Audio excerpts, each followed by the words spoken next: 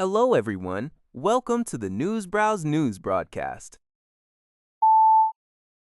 According to CBS News, Canada has announced targeted retaliatory tariffs of up to 50% on approximately $20 billion worth of U.S. imports, equivalent to 27.6 billion Canadian dollars. Canadian Finance Minister François-Philippe Champagne stated that the measures are designed to match the Trump administration's recently imposed levies dollar for dollar. The Canadian tariffs will take effect on September 8th and are set to target key U.S. exports, including steel, aluminum, dairy, clothing, cosmetics, electronics, and appliances. The retaliatory decision follows the implementation of 50% tariffs on Canadian goods by the U.S. over the weekend, after trade negotiations collapsed. Canadian Prime Minister Mark Carney accused Washington of attempting to subordinate the nation and destroy its major industries. In response to potential economic fallout, Canadian officials also announced substantial aid packages for affected workers and businesses, including loans and income support.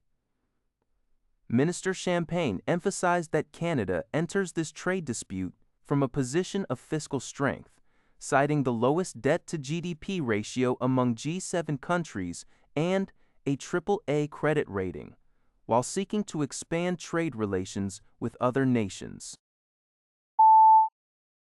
According to a report by Liberty Times, the U.S. aircraft carrier USS Abraham Lincoln departed the Middle East on August 26 and is scheduled to port in Thailand next week.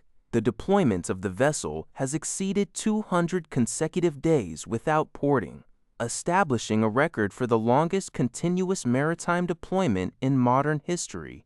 A Thai official, speaking on the condition of anonymity, revealed that the approximately 5,000 sailors and Marines aboard the ship will undergo rest and recreation in Thailand. The port visit follows reports from U.S. military publications, including the Navy Times and Stars and Stripes, which highlighted deteriorating conditions on the carrier, low morale, and suicide attempts among the crew. Although U.S. Defense Secretary Pete Hegseth defended the crew's situation and claimed that the reports completely distorted the actual conditions on board, the scheduled stop in Thailand aims to provide much-needed relief. As a key treaty ally of the United States in Southeast Asia, Thailand's military ties with Washington remain robust, facilitating this upcoming stopover for the weary sailors. According to CNA, Indonesia, Malaysia, and Singapore have reaffirmed their joint commitment to keeping the Straits of Malacca and Singapore free, open, and safe for international shipping. At the 17th Cooperation Forum in Singapore, the three littoral states emphasized that navigational safety and marine environmental protection in these critical straits, which carry nearly a quarter of global seaborne trade, are shared responsibilities among user states, international organizations, and the maritime industry. Singapore's Transport Minister, Jeffrey Sow, highlighted that safe and open waterways depend heavily on international law and cross-border cooperation, warning that open sea lanes should not be taken for granted. He referenced the drastic drop in vessel traffic through the Strait of Hormuz due to recent conflicts as a stark reminder. During the forum, the countries discussed introducing new technologies and alternative fuels, finalizable regional guidelines for ships in distress seeking refuge, and a Singapore proposed joint response to container ship cargo fires. The cooperation framework established in 2007 remains the only mechanism under GOLIA Article 43 for collaboration on navigational safety and pollution prevention in these vital straits. According to CBS News, Central Intelligence Agency CIA Director John Ratcliffe has made an unannounced secret trip to Moscow, Russia, for a series of high-level meetings. The trip came to light after a U.S. Air Force Boeing C-17A Globemaster III transport plane and a U.S. diplomatic motorcade were spotted at a Moscow airport on Tuesday. Neither the United States nor the Russian government has officially commented on the visit, and the CIA has declined to provide immediate statements regarding the purpose of the trip or the identity of the officials involved.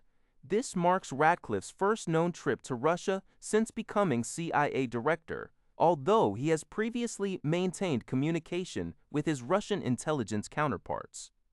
The CIA has historically played a critical role in facilitating recent high-profile prisoner exchanges between the U.S. and Russia, including the release of dual national Ksenia Karelina in April 2025, which Ratcliffe personally negotiated. The agency was also heavily involved in the 2024 swap that freed Wall Street Journal reporter Evan Gershkovich and Marine veteran Paul Whelan. Ratcliffe's visit comes amid stalled U.S.-mediated peace talks between Russia and Ukraine. According to a report by Xinhua, U.S. President Donald Trump announced on Tuesday that all maritime mines in the international waters of the Strait of Hormuz have been successfully removed or detonated. Trump shared the update on his Truth Social platform, stating that he had been informed of the clearance by the United States Navy. Additionally, the U.S. president issued a stern warning against future mining operations in the critical waterway, declaring that any vessel found placing new mines in the area would be destroyed. That's all for this video. Thank you for watching. See you in the next video.